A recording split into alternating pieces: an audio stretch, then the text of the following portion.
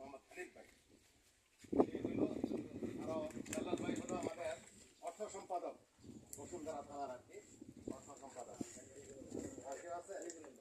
আচ্ছা, এখানে আছেন জালাল ভাই, আরো অনেক আছেন আর কি, নাম নিতে গেলে অনেক সময় লেগে যাবে। এই হলো আমাদের পরিচয় পর্ব আর কি। এখন আপনাদের পক্ষ থেকে হয়তো একজনকে আমাদের মন্দিরের যারা তত্ত্বাবধানে আছেন তাদের একটু পরিচয় করে দেন, মেহমানরা পরিচয়।